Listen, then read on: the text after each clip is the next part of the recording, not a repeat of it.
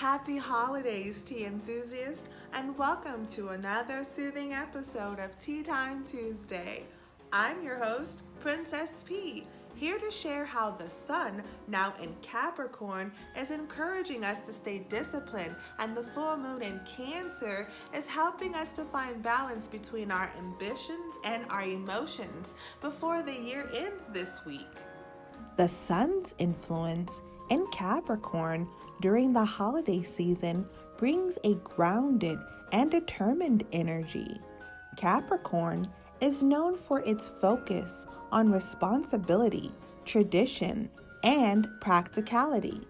People may find themselves approaching the holidays with a sense of purpose, emphasizing family traditions and organizing festivities with a structured mindset.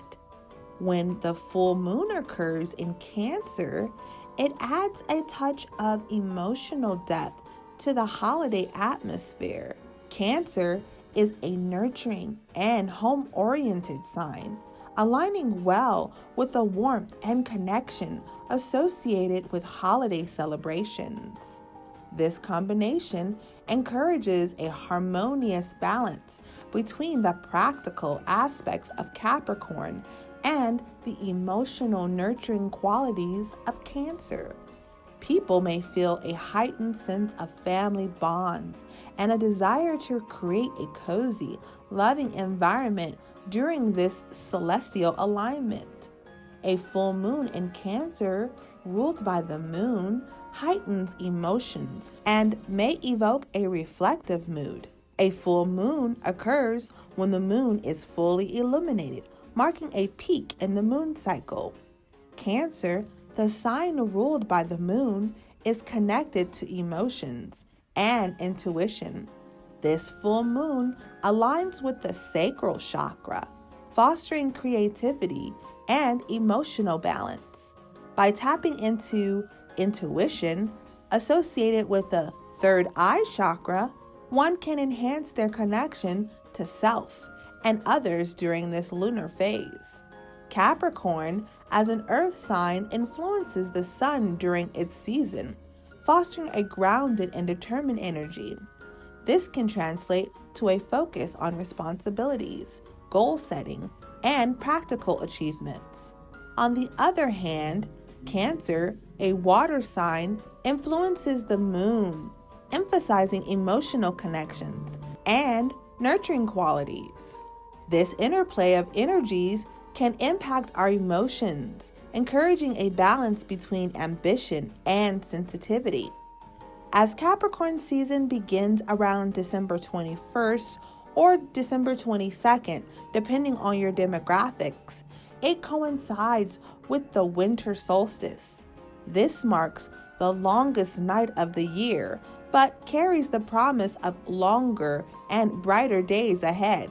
In history, the winter solstice held significance as it brought hope for spring, especially for our ancestors who relied on planting crops. The transition from darkness to increasing light symbolizes renewal and optimism as we move towards brighter days. Capricorn's energy is here to remind us and prepare us for the next season, and to remind us that the end of the year is almost here. But not everyone agrees with its ambitious message. Some believe the true new year isn't after winter's cold chill, but when flowers blossom, painting the world and crops in a beautiful dance of abundance after spring's embrace. From approximately March 21st through April 19th, we enter the dynamic realm of spring season, a period characterized by the sun's journey through the zodiac sign of Aries. This time frame, often associated with boldness and initiation, aligns with the onset of spring, ushering in a season of freshness and the promise of new beginnings. Aries, a cardinal sign, exudes a potent go-getter energy, infusing us all with the audacity to be fearless trailblazers. As one of the fire signs, Aries is driven by passion and enthusiasm, always eager to follow its impulses. Being the inaugural sign of the zodiac, Aries embodies independence and symbolizes the power and optimism inherent in new starts. When the sign occupies Aries, it becomes a propitious time to step into leadership roles and embrace a spirit of adventure. Regardless of your specific zodiac placements, the influence of Aries energy resonates with all signs during this celestial journey. Aries season offers an invitation to tap into bravery, take leaps of faith, and venture into new experiences. Moreover, it's worth noting that while the Gregorian calendar marks the beginning of the year in disciplined Capricorn energy, some people, both historically and presently, align the start of the new year with the spring, influenced by Aries' ambitious and dynamic energy. This alternative perspective adds layer to the tapestry of astrological interpretations and the ways in which individuals perceive the passage of time. Here's a twist. Did you know the Gregorian calendar, our timekeeper, isn't the first ever calendar, and it doesn't quite capture the whole annual journey? Time's a curious dance, and there's more to our calendar tale than meets the eye. The Sumerians are credited with developing one of the earliest recorded calendars around 3,800 years ago. Known as the Sumerian calendar, it was lunisolar, combining aspects of both the lunar and solar cycles. The Gregorian calendar, the one we commonly use today, was created in 1582 by Pope Gregory. Credited to fix issues with the previous calendar, known as the Julian calendar, Julius Caesar's introduction of the Julian calendar in 45 BC replaced the complex Roman lunar calendar. The Roman lunar calendar, which predated the Julian calendar, was a lunar calendar based on the phases of the moon. It consisted of months that corresponded approximately to a lunar cycle, with each month beginning with the sighting of the new moon. This calendar, while initially used by the Romans, was found to be impractical for coordinating with the solar year and maintaining agricultural cycles. To standardize and simplify, Caesar consulted one of his astronomers, creating a solar calendar based on Earth's orbit around the sun. But the Julian calendar had leap years every 4 years, initially causing a counting error. This miscalculation led to Easter and other events falling out of sync with astronomical dates. So the Gregorian calendar replaced the Julian calendar in 1582 to address these issues. Although the Gregorian calendar is now widely used, the Julian calendar persisted in the early 1900s and is still used by some Orthodox churches and communities like the Berber people. The Berber people, also known as the Amazigh people, are a diverse group in North Africa. They've been there for quite a long time, even before the arrival of Arabians. They speak Berber language, which are different from one another. They are from the Maghreb region, living in various areas across Morocco, Algeria, Libya, and some in Tunisia, Mauritania, northern Mali, and northern Niger. You can also find smaller Berber communities in Burkina Faso and Egypt's Siwa Oasis. For the Berbers, today is Sunday, December 11th, 2973, and they use the agricultural calendar to regulate their seasonal agricultural works, and the Julian calendar had some mistakes that needed correction to make sure important events like seasons were in sync with the actual time it takes for the earth to go around the sun. So they made a few adjustments, skipped some days, and voila, we got the Gregorian calendar. To sync with celestial events, the Gregorian calendar played cut and paste. In 1752, September blinked from 2 to 14 in North America. A papal decree suggested skipping 10 days, but the timing varied. The US, Canada, and the UK lost 11 days in 1752, while others waited until the early 20th century, snipping off 13 days. This calendar tangle lasted over 300 years, a worldwide shuffle from 1582 to 1927. Chaos ensued, different calendars, quirky leap year rules, and Sweden and Finland even had a double leap year in 1712, adding a February 30th. And Japan switched in 1873, but China danced between calendars due to warlords, and the calendar saga continues. Both the Julian and Gregorian are solar calendars based on the Earth's revolutions around the sun, marking a complete solar year. But did you know that there are some cultures that recognize a lunar calendar? The Islamic calendar is based on the phases of the moon, and each month begins with the sighting of the crescent moon.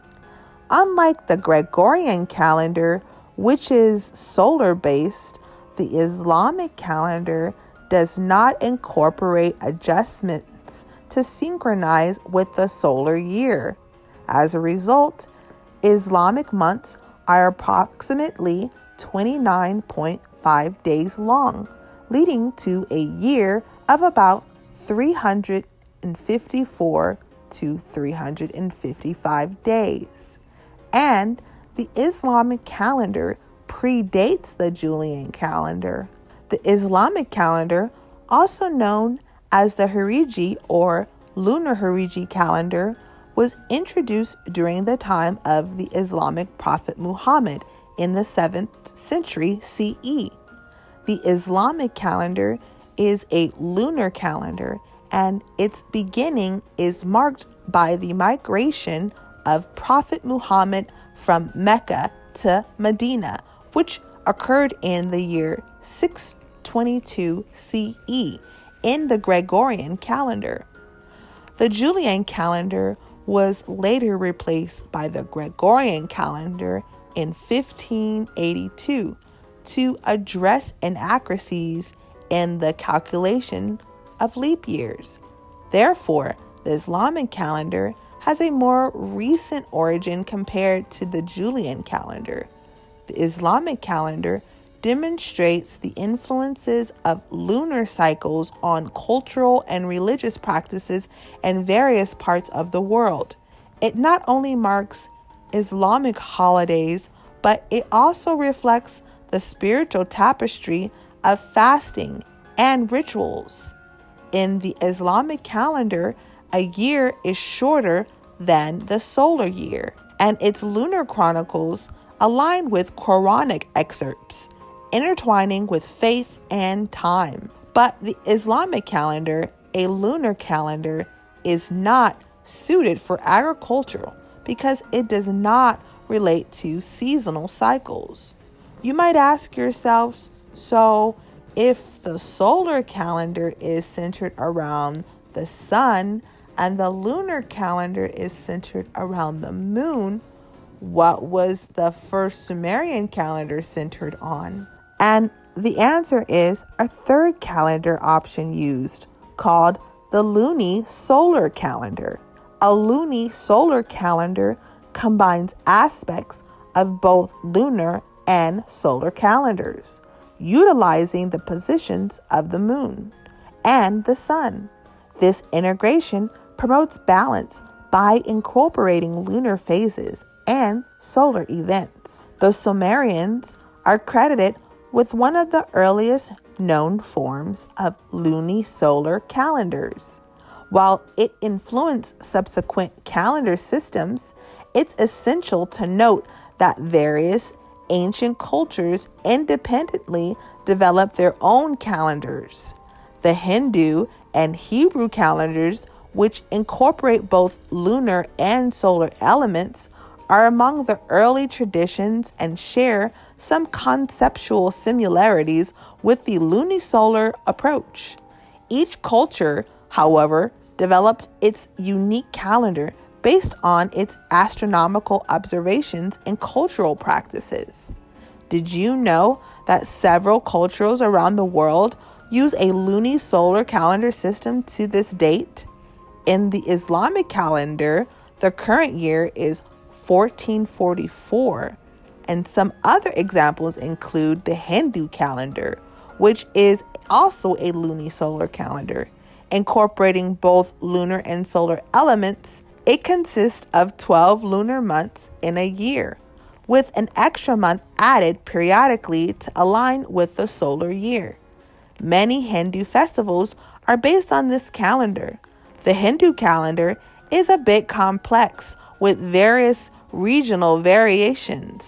The Virkam Sammat calendar used in North India is around the year 2079.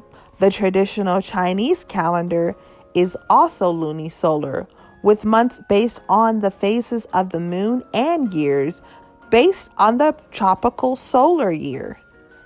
It's used for determining traditional holidays such as Chinese New Year.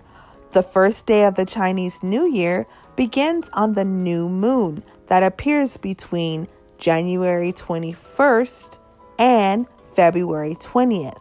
The Chinese calendar operates in cycles of 60 years, with each year associated with an animal sign. The Hebrew calendar is also a lunisolar calendar, with months alternating between 29 and 30 days.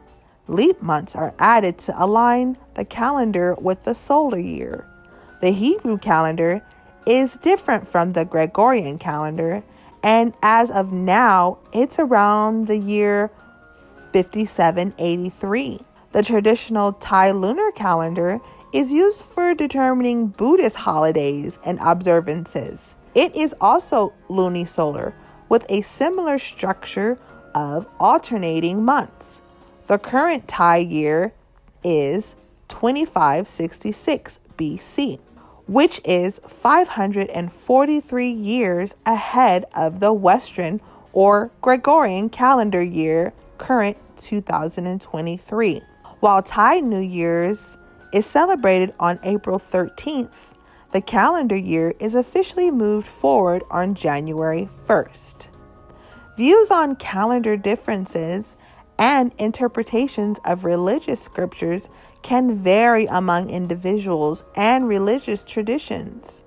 In both the Bible and the Quran, there are references to the importance of specific days and celestial elements. In the Bible, the Sabbath is considered a day of rest and worship.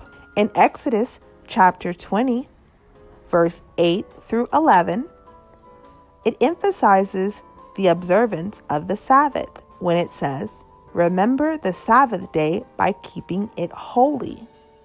In the book of Leviticus, chapter 23, verse 3, it also emphasizes the significance of the Sabbath as a holy day of rest.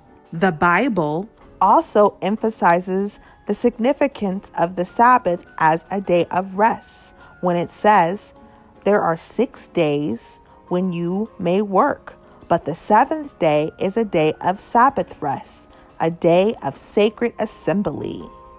Both the Bible and the Quran make references to the moon and the sky as part of the creation and as signs of God's power. For example, in the book of Genesis, chapter 1, verse 14, notes the creation of the sun and the moon to mark seasons and days. And the Quran, various verses acknowledge the celestial bodies as signs of God's creation and power, inviting reflection. Different religious traditions interpret these scriptures and principles in various ways, leading to the variations in the observance of days and lunar cycles. Understanding these beliefs is educational and promotes cultural and religious literacy. It fosters respect for diverse perspectives and helps individuals engage in meaningful dialogue about faith and practice. It's important to note that interpretations of religious texts can vary, and individuals within each tradition may have different perspectives on how to observe sacred days.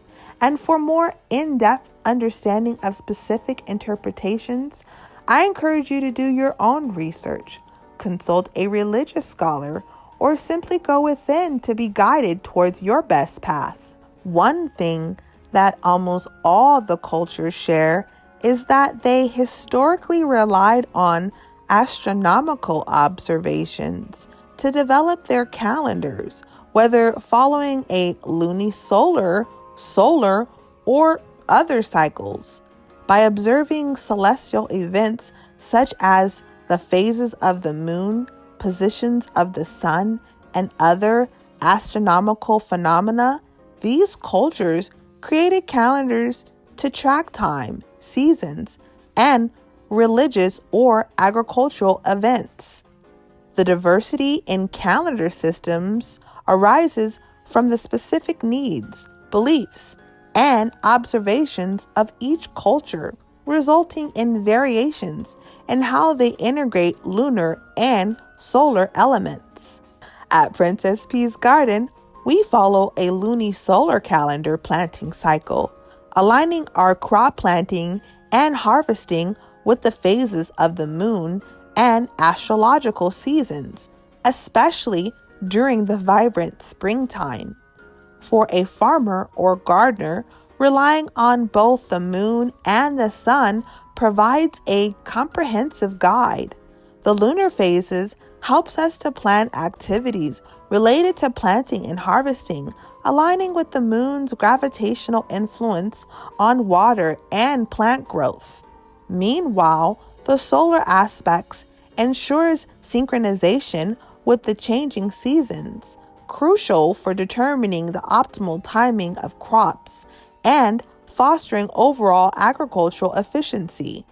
The lunar solar calendar, in this way, acts as a holistic tool for managing agricultural activities in harmony with celestial cycles. No matter what timeline you follow, remember to stay present.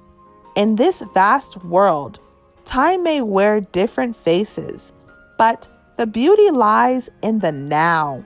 The present moment, my friend, is your canvas of possibilities. Look to the sky where the sun and the moon whisper tales of cosmic rhythms. As the Capricorn sun beams in, casting its ambitious golden glow, and the full moon in Cancer graces us with its insightful dance, we find cues for not an ending, but a beginning for celebrating awareness towards our energy work. Tune in, listen to the symphony of your thoughts and feelings. They are the whispers of the universe, guiding you through synchronized moments, preparing you for healing. urging you to let go of the old, outdated ways of doing things and embrace the gift of the now.